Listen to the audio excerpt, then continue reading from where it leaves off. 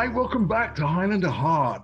We are back with our series coverage, finally. After our last episode was a sort of a basic introduction to the series, if for some reason you haven't ever seen it. This episode, we're going to go deep into the first season and find out what we all thought about it. Along for the ride, as always, is Joe and Amy Wolf, who joined us last episode. Yay! Yay! So guys, I mean, should we just walk through the very first season? Here we are, season one. So previously on Highlander Heart, we discussed that the film star Christopher Lambert, famous for playing Connor MacLeod in the Highlander movies, helped broker a deal between Gaumont Television and Davis Panzer to produce a Highlander television series, something that he was very enthusiastic about, thought absolutely should be done, and didn't want to star in. However, he did agree to show up in the beginning and got a sizable amount of money for that. You know what, though? I want to say real quick, people kind of chide him and kind of make fun of the fact that he took a sizable sum and was only available for 3 days, but they got a lot out of him for 3 days when you watch the initial episode.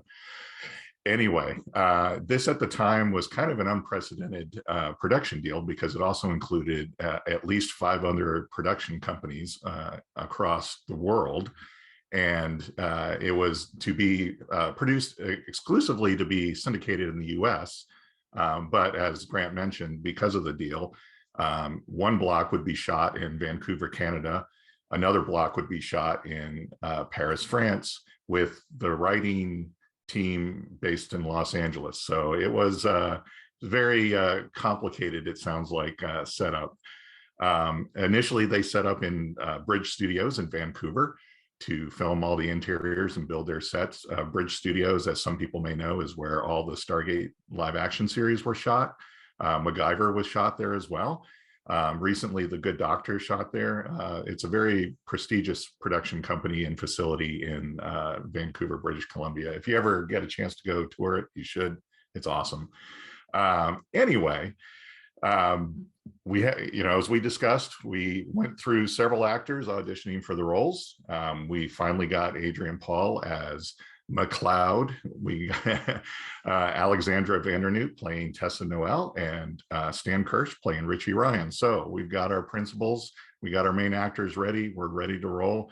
And that's what happened. On 13 July 1992, the cameras rolled for the first time on the episode The Gathering. Now, it's long been believed that the 5th episode, Free Fall, was the first episode shot. That is not the case.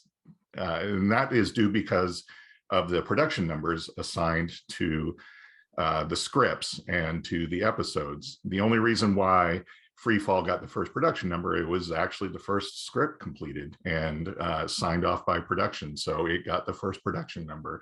In fact, it was the script that the cast used to audition for the roles, oddly enough. But it was The Gathering that was first shot. As mentioned before, this was our first episode. We got Connor MacLeod from the movies to show up. It's called The Gathering. The narration right at the beginning tells us now is the time of the gathering, which, okay, so if you've been watching the movies, it was pretty much established that all happened in the first movie and didn't occur again for many years into the future, according to the second movie. So how is this? Well, it's a bit of movie magic, let's just say. A little hand waving. He didn't really win the prize. I don't know. Everybody, I think, has their own theory behind that. But you know what? It doesn't take away from the enjoyment of the episode. We start out, we get introduced to our main characters right away.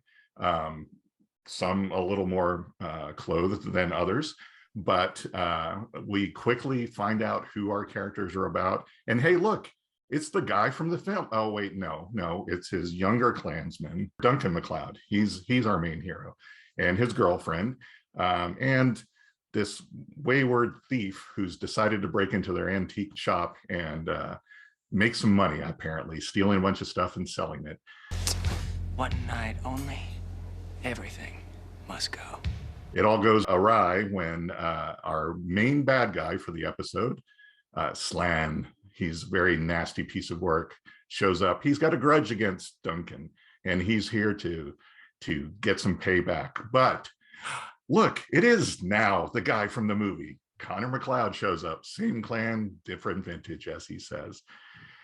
The bulk of the episode is Connor and Duncan trying to figure out how they're going to defeat Slan, because apparently, even though he's kind of comical and sort of a slapstick version of the Kurgan, he's actually pretty tough to beat, it turns out. So they work on that, and as part of it, we find out that Duncan has at some point previously stepped away from the game and has decided not to participate in the gathering, although opening an antique shop in a major city doesn't seem like a good way to stay out of the game. But hey, who am I to judge? I mean, maybe he figured, I'll blend in, no one will find me here.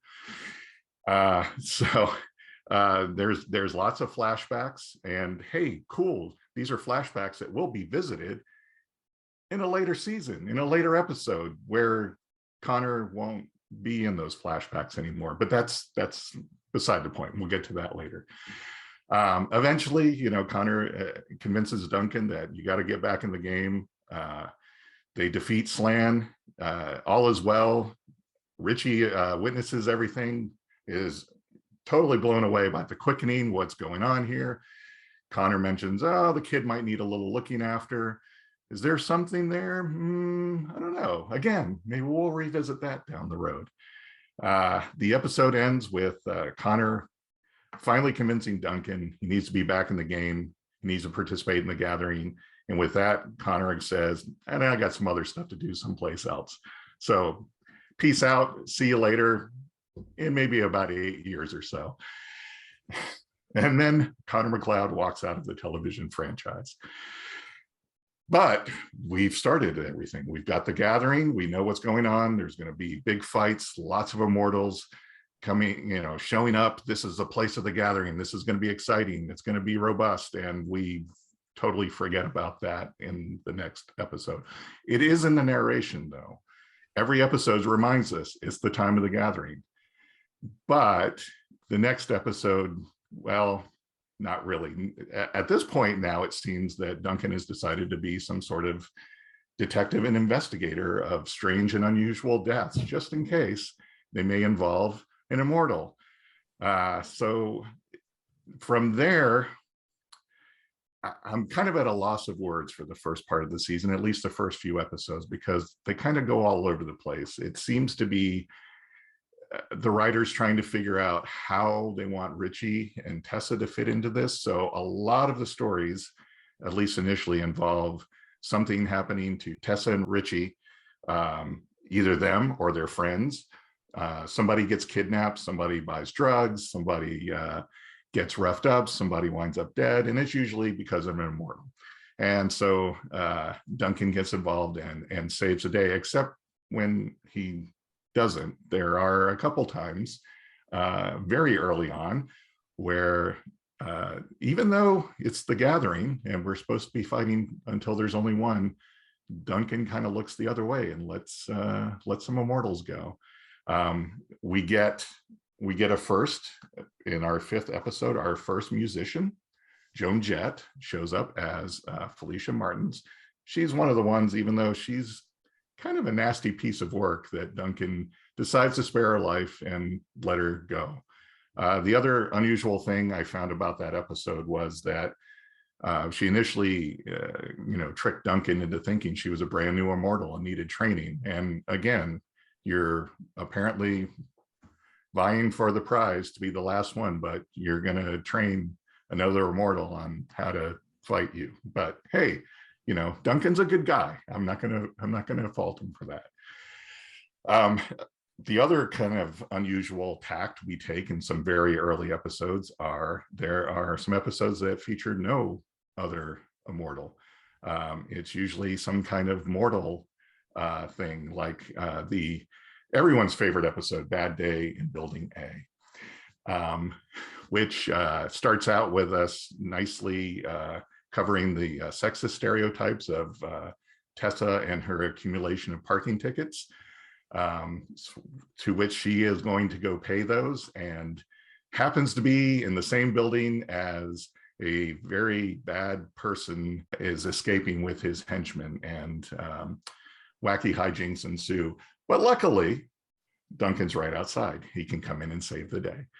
Along the way, we also get introduced to intrepid reporter Randy McFarland, who, you know what, rewatching these episodes, I've got a soft spot for Randy. I think she's pretty awesome.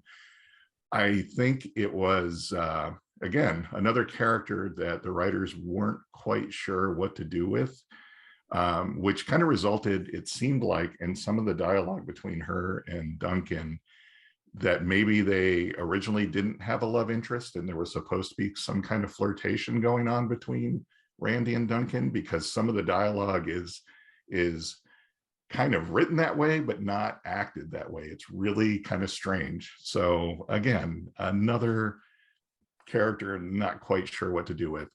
She would have been great for Duncan to get information from. It's like, oh, hey, there's crime is going on, I'm going to go fix it, and things like that, if that was the direction they were going to take the show, which maybe they were at some point, who knows. So yeah, I gotta say, the episodes where we didn't have an evil immortal seemed to not really make any sense, almost like maybe they were something that the writer wrote for a different show and just like, here you go, here's a script. They're like, well, let's make this a Highlander script, I guess. I don't know. Then we also have another standout episode that is also everyone's favorite, Mountain Men.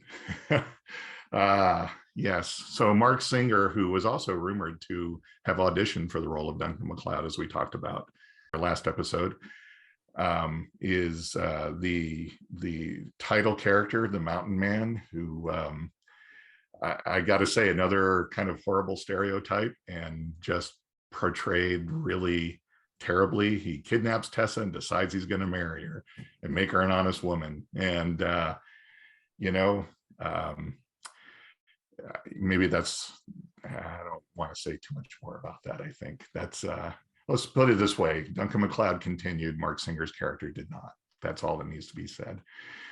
So we kind of amble along through most of the episode, and I'll say that the first 12 episodes of 22 of this season were shot exclusively in Vancouver, with the 13th, Band of Brothers, which I will non-sarcastically say is everyone's favorite, was kind of a bridging episode going from Vancouver to Paris. So there were some scenes that looked like they were shot in Paris that were inserted into this episode. So this one wasn't entirely filmed in Vancouver. But before that, I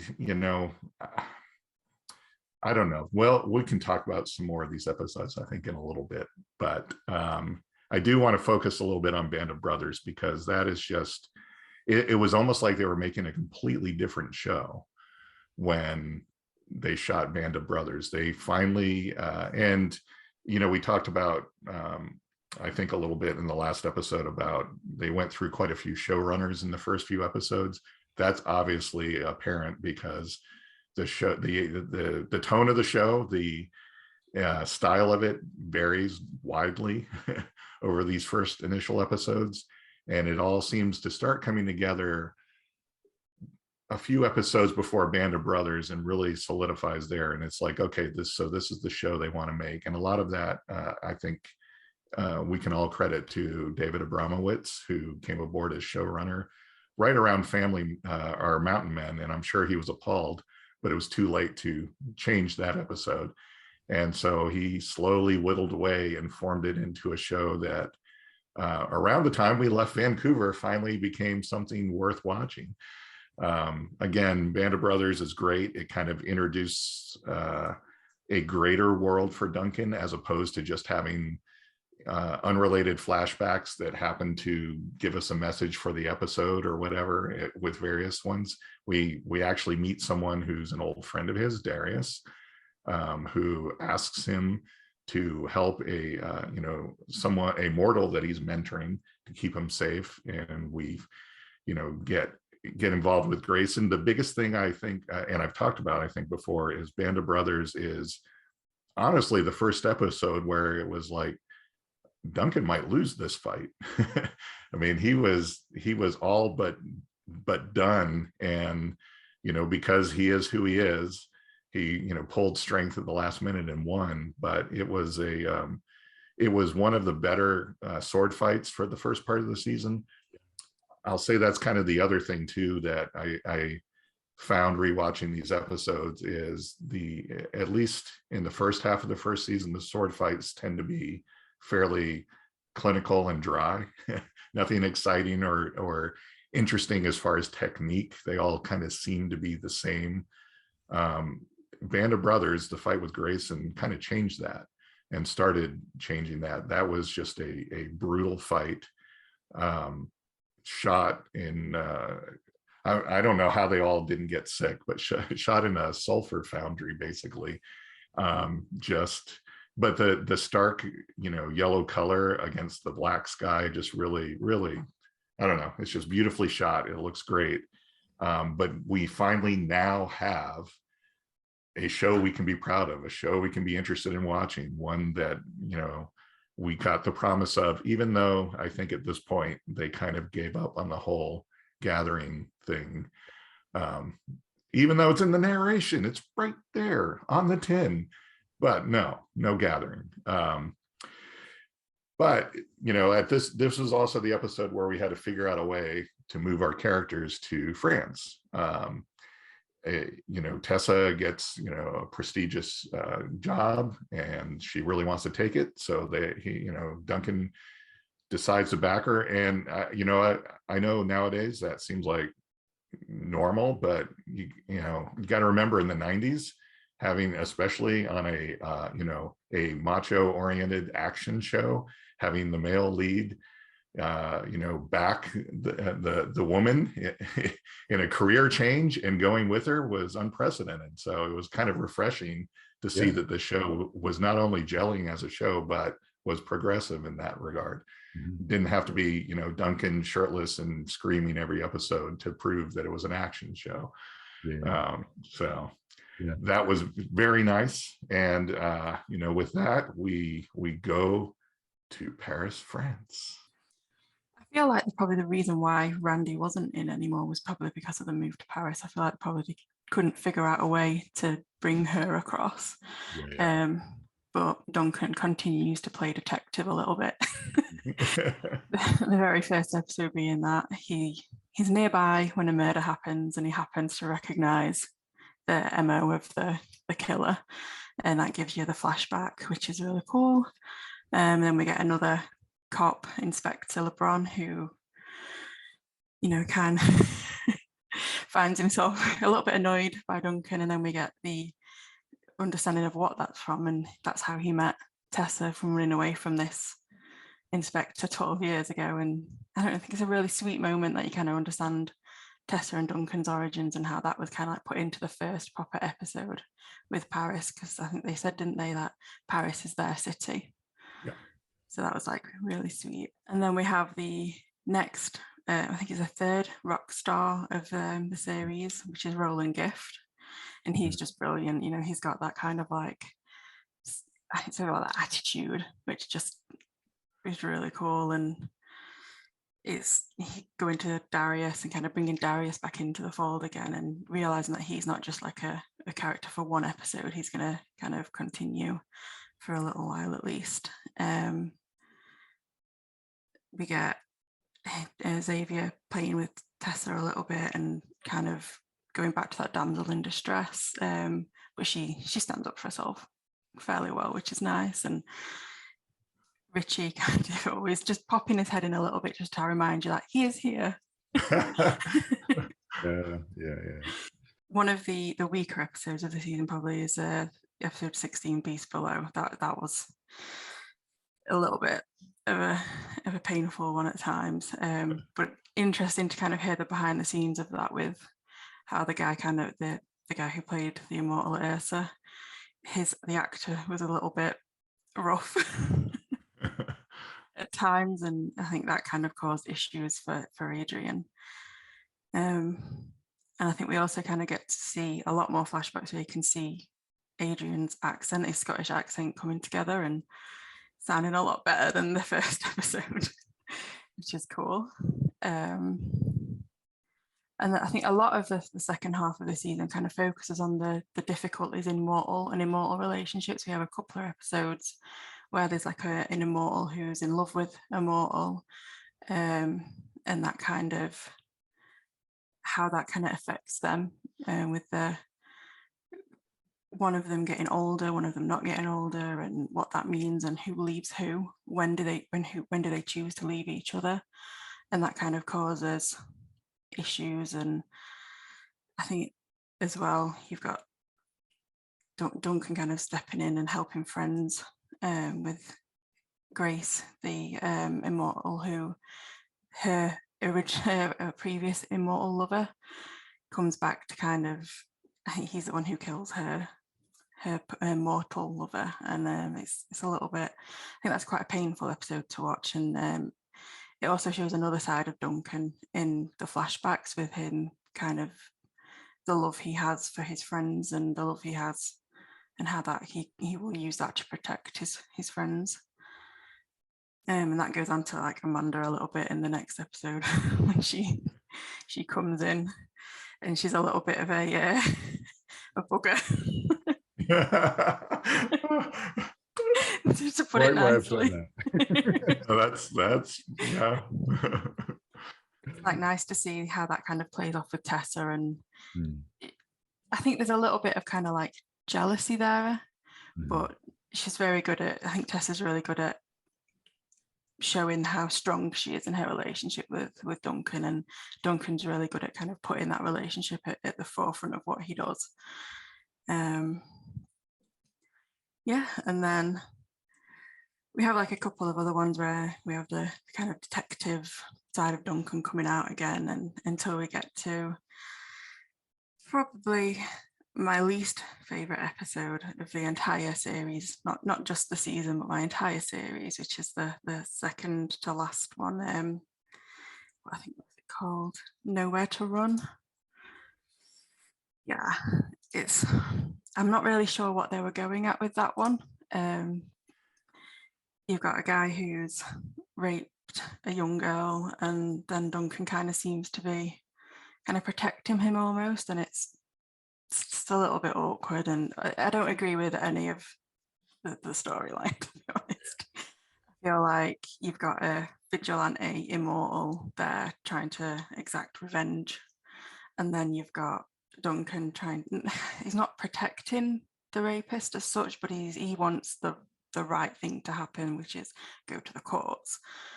We obviously know rich people at times don't always have to face what they've done, and I think in some ways it would have been better if it had either been a different crime or it was a genuinely false accusation. But it's a strange episode to kind of almost round the season up on before you go into meeting Fitz, which is like so lighthearted and so fun to go from like that kind of episode where it's really, there's no satisfaction, to an episode with pure satisfaction.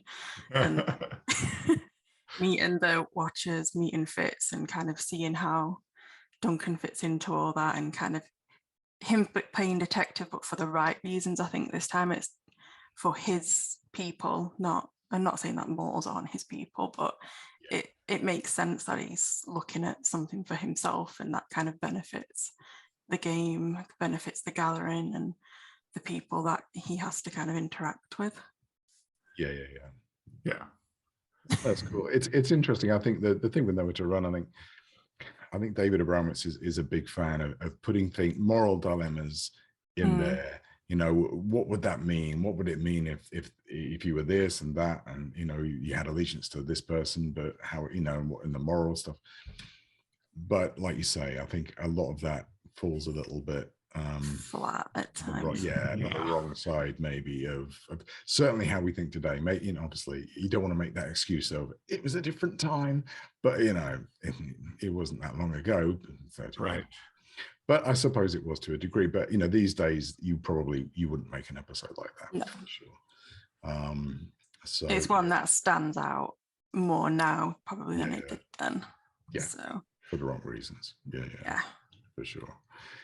No, that's really interesting. So I mean, dare I ask, what are our favorite episodes and what are our worst episodes? Joe, let's go to you first. If you could pick one, what would be your favorite episode of the season? I think I know the answer, but I'm going to ask anyway. I'd be torn between two. I mean, the obvious answer is, of course, Band of Brothers. So it's just such a great episode. But actually, torn between three. I really liked Lady and the Tiger, Amanda's introduction, because not only because we got to see Amanda again and she continued throughout the series, but she, I don't know, I thought it was really good. And I thought the way that they wrote, this is another episode where I thought they wrote Tessa really well. Because she's almost like playfully jealous, but she's just like, I don't care if you're immortal.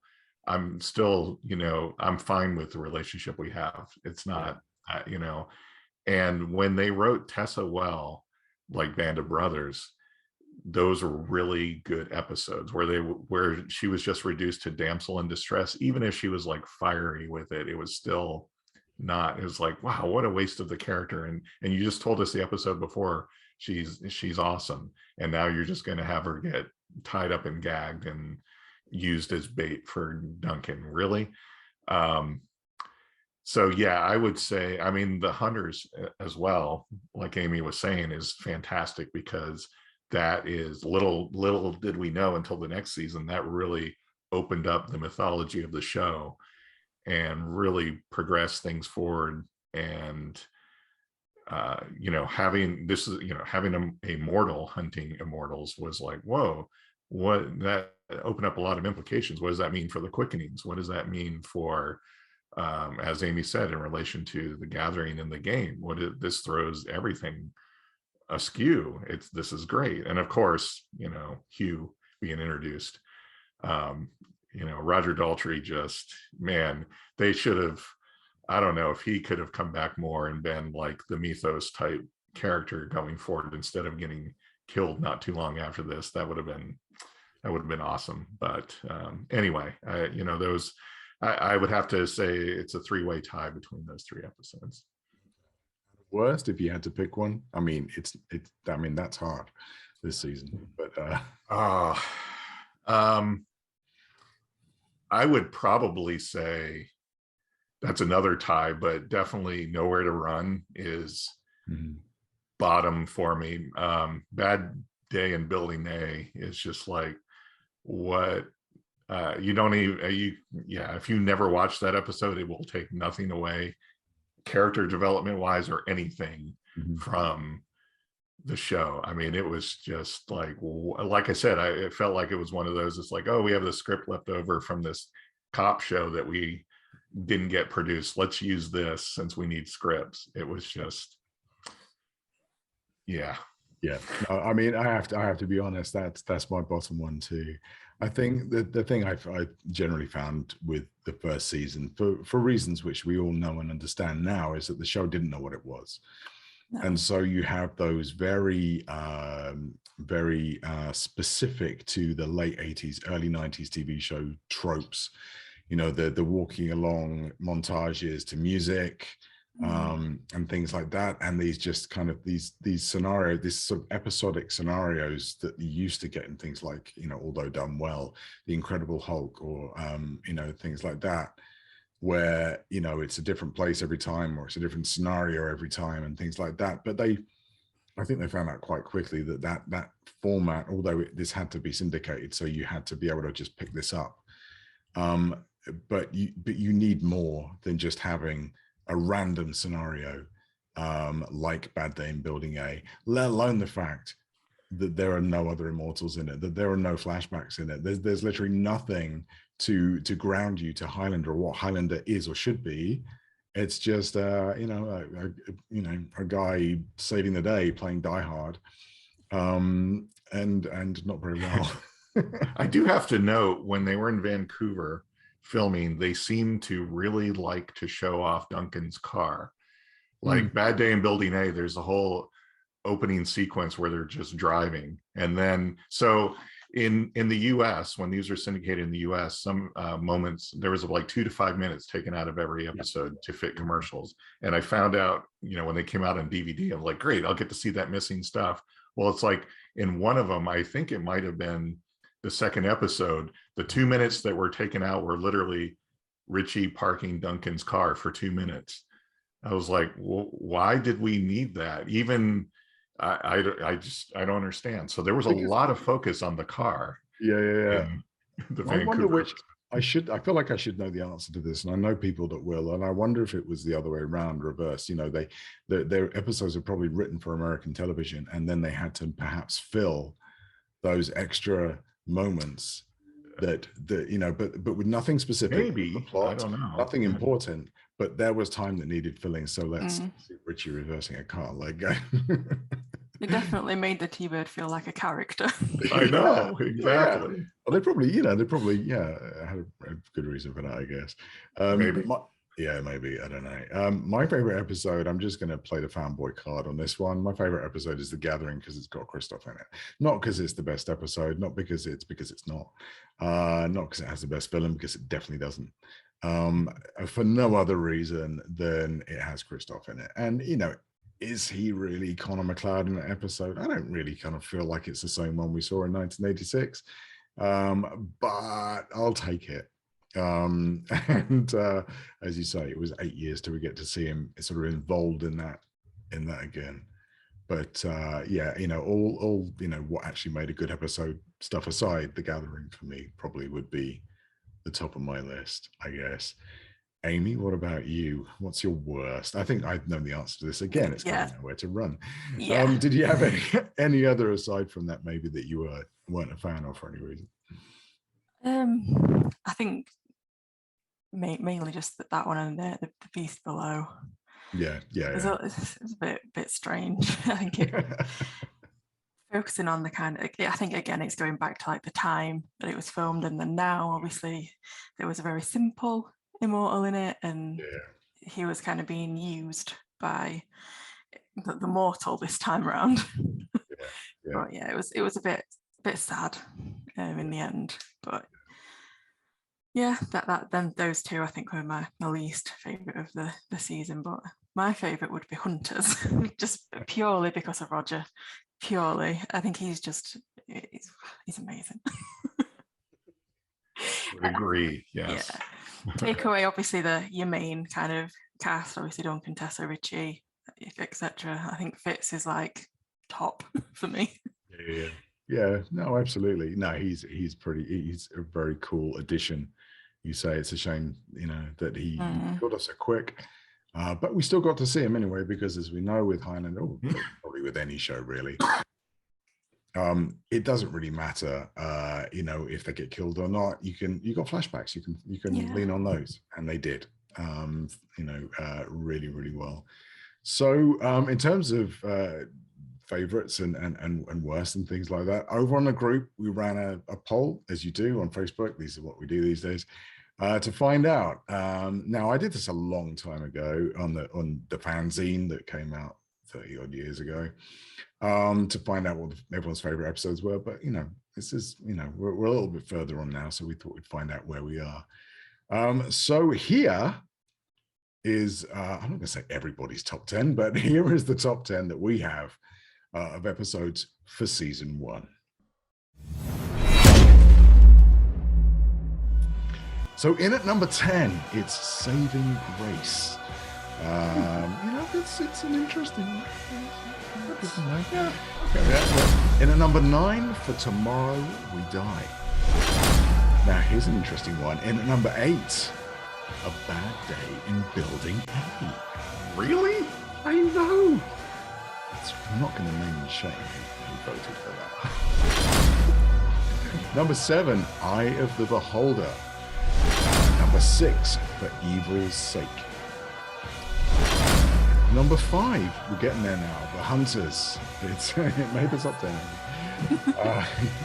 Number 4, Mountain Men. What? You got some Mark Singer fans there. Number 3, no surprise really, Lady and the Tiger. And at number 2, The Gathering. And strolling in to number 1 spot, with literally no problem at all, it's Band of Brothers. So yeah, there we go. The top 10 for season 1. Not really a big surprise there, I'll be honest. The ones that didn't even get a vote, we have The Road Not Taken, Deadly Medicine, The Sea Witch, The Beast Below, Nowhere to Run. So there you go, vindicated by the fan base as well as their own opinion. So that's cool. Yeah, I would also note that I also look at Band of Brothers as one of probably in my top 5 episodes of the whole series. In fact, yeah, it's just such a great. Although, so here's the problem I have with it and with the first half of the season is they kept trying to find ways and uses for Randy McFarlane. They introduced Detective Bennett, played by the fantastic Tim Reed, even though he was like over the top playing a cartoon, American detective kind of guy, really terribly sometimes, which was odd. But they really kind of built these up as like, these are going to be, confidants of Duncan. We can first, you could almost see, oh yeah, he'll start working with the police and all this stuff. And they knew that 2/3 of the way through the season they were going to switch to Paris, France, and these would be characters you couldn't logically take with you. So I don't know if they were kind of waiting to see what the fan reaction was, and if it was strong enough they would come back for the Vancouver episodes in season 2 or what, but we never saw them again. I guess, yeah. The other problem is, as we know as well, is the issues that they were just having in terms of these scripts that were half written, already written, that David had to come in and suddenly rewrite, just like writing, all the writers writing furiously, trying to get stuff out, trying to get these things done on time, where they probably found they had things that they didn't necessarily want to start with, or they just had to make the best they could. And I guess by the time they got to season 2, they got the chance to take a breather and say, what do we want to have in season 2? And as we've said before, the thought was for people like for cops and for news reporters, the longer you have them in, the more stupid they look, because they're going to get it eventually. They're going to twig what's going on. Then what do you do? And it would have been nice to have figured that out and seen that, but ultimately no, they just decided, I think, just to do, well, that's not going to work long term. Let's get rid of that. And let's stick with what works best, hopefully is the human stories, the questions, the dilemmas and that kind of thing. So I guess that's part of the reason maybe why they decided to. Yeah. I mean, I think that's where the show in general too kind of went a little bit off the rails when it tried to ground some things in reality. Like, obviously there would be a dearth of headless bodies found around the city.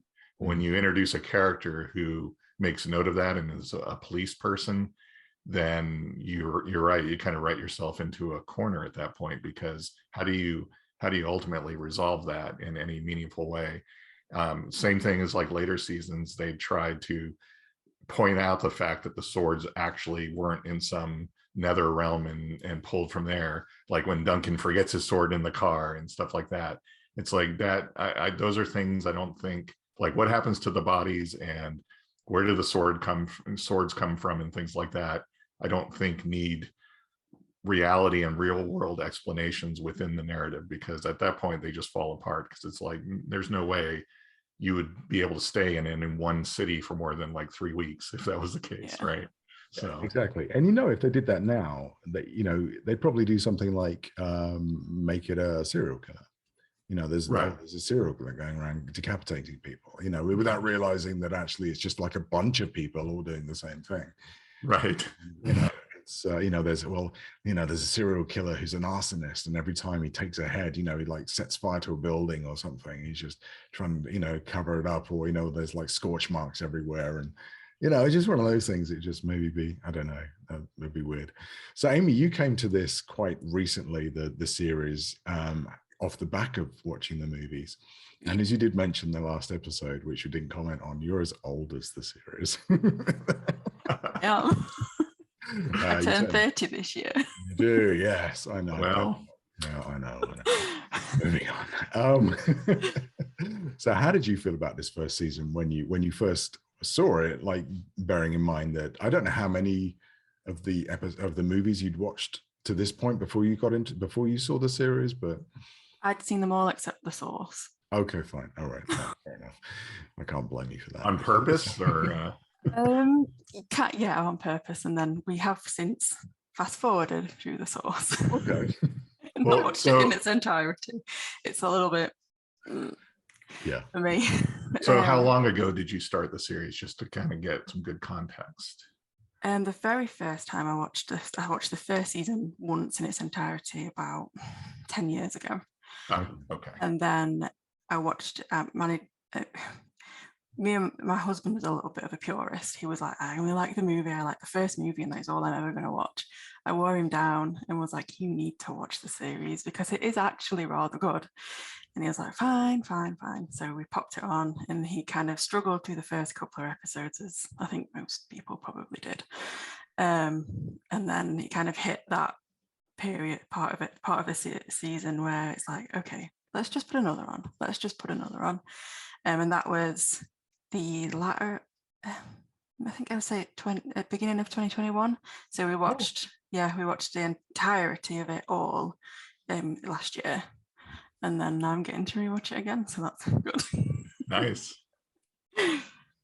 That's really good. And so the first time you saw the series, how did you find it, bearing in mind that your only previous kind of iteration was the movies and that kind of thing? It's quite a different sort of... Yeah. So I'd seen, my mum bought me Endgame and was like, oh, this is another Christopher Lambert movie and it's Highlander related. And I watched it and I just sobbed. I was like, how can they kill him? Which was awful. Went downstairs and was like, I can't believe you've bought me this. This is awful. This is absolutely awful. And then I knew obviously about Duncan at that point, and then did some kind of little researching and then figured out, oh, there's a series about this as well. Like, this is so bizarre. Then found it a couple of years later on YouTube. And it was interesting because I think it was very different to stuff that I'd been that kind of is, I say modern 10 years ago isn't technically, things have changed a lot in 10 years as well. Yeah. But like it's very different, and it's refreshing in some ways as well, because you can just kind of pick it up. You can the first couple of episodes obviously don't really kind of have any massive impact on the overall story, and I think sometimes that can be quite refreshing, but mostly I think it was just being able to kind of spend more time with the mythology of it. And the movie is brilliant obviously, but it's over so quickly, and this kind of just gives you so much more of it. You get the sword fights, you get the relationships, you get the different immortals kind of bouncing off each other, and you get to see just more. Yeah, so that's what I liked. Yeah, no, absolutely. And I was exactly the same. I think when it first came out on VHS over here, which is the only way that we got to see it. It was just, you were getting more Highlander, and even though there wasn't Christoph anymore, and even though some of the episodes were awful, it was, I would still rewatch them just because it's a little bit of extra Highlander, and that in itself was was really amazing. So that's really cool. So we have some interesting facts. For those that don't know, we have a chap in part of the community, Andy Sloan, who is the consummate Highlander fan. He knows everything, and I'm not kidding, he knows everything. So I asked him for a few facts, and he sent me the most amazing thing. He is also the kind of the locations master for Highlander worldwide and for the Highlander community, and he knows where everything was shot. He's done tours in Vancouver and Paris and things like that. So at some point, Andy, we will do a locations episode, but apart from that, let's run through some of the cute little facts that he managed to send over for the first season. So the budget for the first season was $26.1 million, which I kind of feel like is quite a lot back then. You know what? I was actually going to say something about that, because that comes out to 1.3 million per episode. Yeah. With 22 episodes. Now, bear in mind that Star Trek The Next Generation had a budget of like 1.6 to 1.8 million per episode. That was a science fiction show, and look at everything they did with that. So they had, in my mind, they had a pretty healthy budget, although I guess half of that in the first episode went to Christoph, but they had a fairly healthy budget for a show that didn't require many special effects other than quickenings. So no, exactly. Yeah, exactly. And interesting, 75% of the budget came from overseas sales as well. So that pretty much almost paid for itself with only a certain amount that they had to raise from the US market. Adrian signed his contract, put it in your diaries, folks, June 5th, 1992. So we are nearly at that point now where it's 30 years since he signed on the dotted line, which is pretty cool. He didn't get a bad pay packet either. So he was allegedly paid 25 grand an episode, which isn't too bad. So it's about 550,000 for the first season. And, you know, as somebody who, we spoke about it last time, you know, done a few bits, you know, well known for sort of being on Dynasty and War of the Worlds. Yeah, exactly. So, you know, he'd done a few bits, but to walk into a lead like this, you know, I mean, it's let's not, you know, make any bones about it. He had a lot of hard work going into this, but no, he did really, really well. Oh, and the writers, so the writers also had to be French or Canadian. That was it. That was part of the contract. They had to be French or Canadian. So yeah, you know, I think David Abramowitz got in a couple of little writers things there. Well, that's interesting about the writers, because the writing room, the writing production facilities were in Los Angeles, where and presumably David Abramowitz worked out. And they had, I'm guessing they had some kind of American writing staff that like either rewrote parts of the scripts or went over them. But from what I understand, you didn't get a credit unless you were a Canadian or French writer. Although Abramowitz, as you pointed out, did get credit here and there. So yeah, thanks Andy for those facts.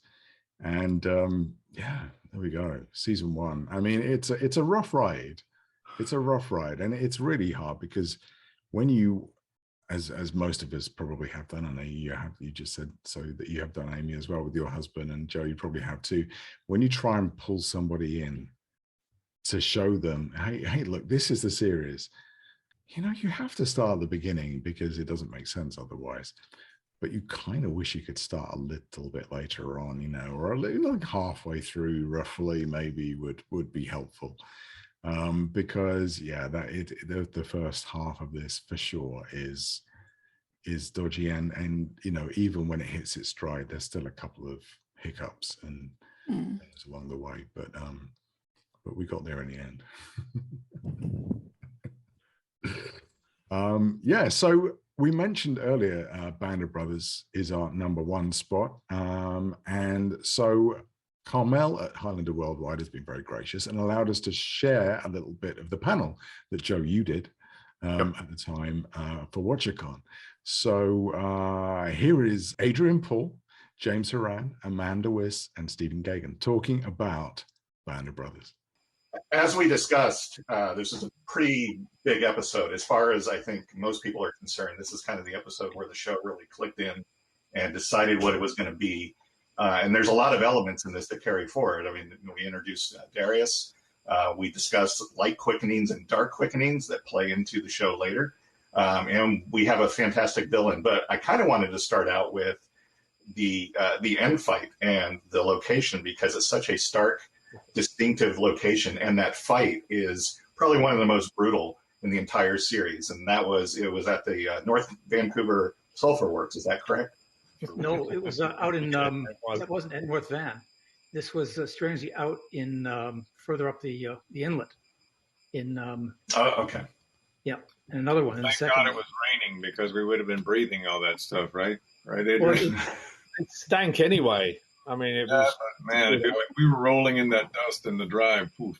It rained. I mean, you're absolutely right. But it rained from the minute we started in the morning. There was no let up. It was just raining the entire time. I remember that. It was a cool effect, though. Just No, it looked amazing. We went through it, and It was both. I was a little shocked that they were just letting you guys. They were letting you guys run up and down the machinery and jump off stuff and all this, and I don't. It didn't look like there were any safety nets, so I'm like, wow, that's pretty trusting. Just go for it. You know, it was really funny. There's a scene in there that when we're running up that thing, and we kicked. I think I kicked or threw the sword off when you did it. I disarmed or something like that. And I remember that you know in the movies the sword goes and goes directly in, you know, but it actually did when we threw it. I remember it actually went out and landed in. I was like, oh my god, it worked. It wasn't filmed at the time because we were just there, but it actually landed exactly where. So I thought that was kind of funny.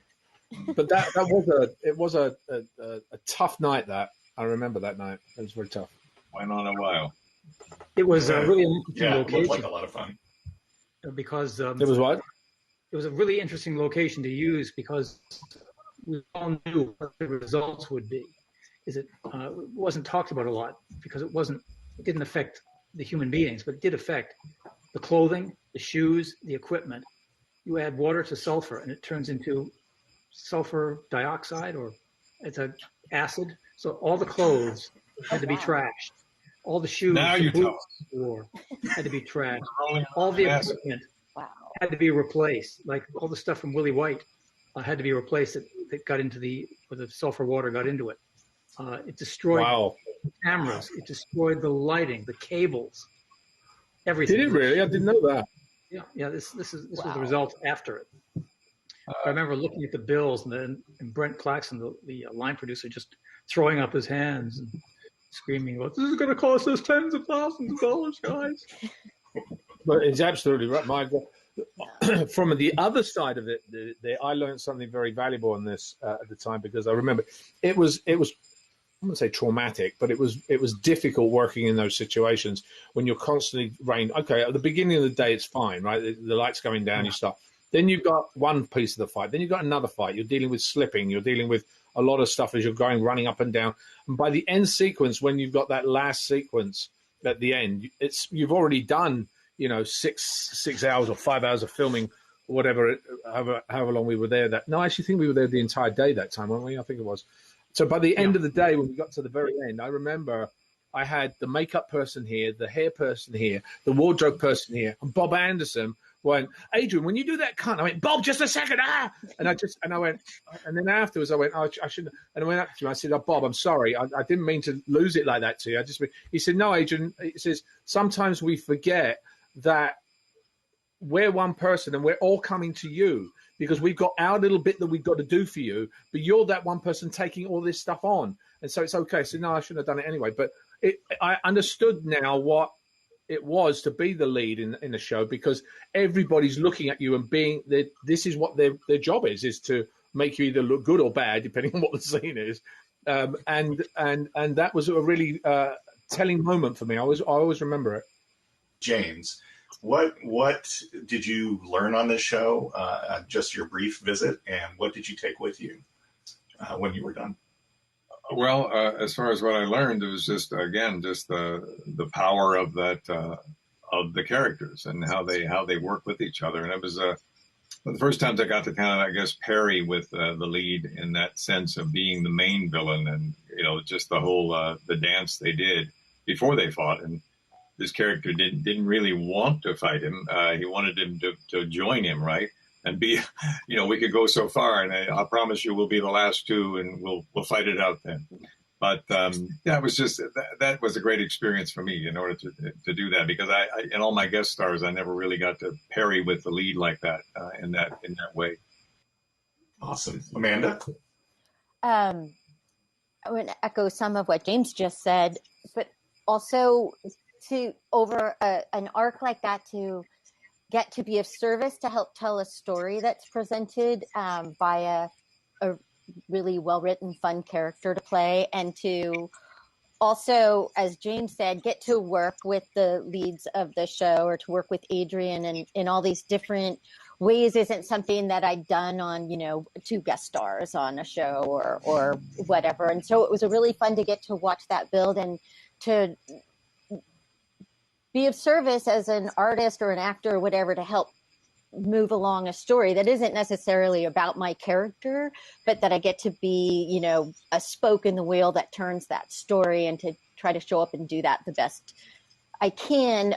It was a really exciting adventure, because, as James said, like, coming also from a theater background, you have like weeks and weeks to rehearse, and months even sometimes, and you go out and you get to play. And TV, you don't always get that. And so having that adventure over a couple episodes was really special. And I just took with me a lot of gratitude and love for getting to be a part of a show that I think is iconic, and